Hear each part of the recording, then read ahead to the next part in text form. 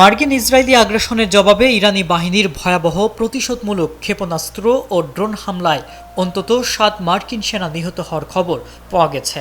New York টাইমসের এক বিশেষ বিশ্লেষণে উঠে এসেছে এসব তথ্য।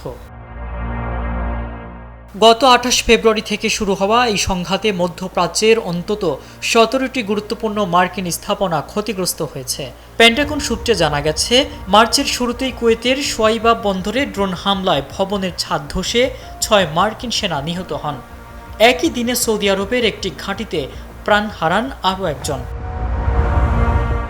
স্যাটেলাইট চিত্র বলছে, যুদ্ধের প্রথম দিনেই মধ্যপ্রাচ্যের বৃহত্তম মার্কিন ঘাঁটি আল উদেইদ সহ প্রিন্স সুলতান এবং আলী আল সালেমের মতো সুরক্ষিত ঘাঁটিতে একযোগে আঘাত হেনেছে তেহরান।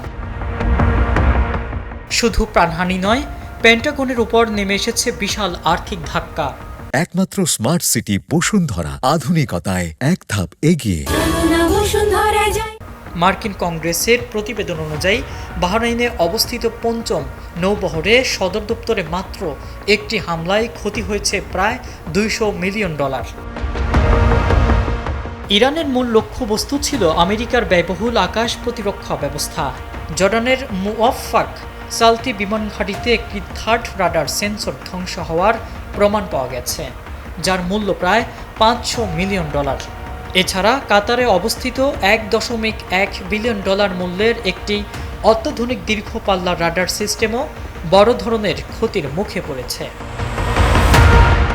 ইরান ও আমেরিকার এই সরাসরি সংঘাত পুরো মধ্যপ্রাচ্যকে এক অনিশ্চিত যুদ্ধের দিকে ঠেলে দিচ্ছে। ওয়াশিংটন এখন পরবর্তী কী পদক্ষেপ নেয় সেটাই এখন দেখার বিষয়। ইব্রাহিম প্রামাণিক, ডেইলি সান।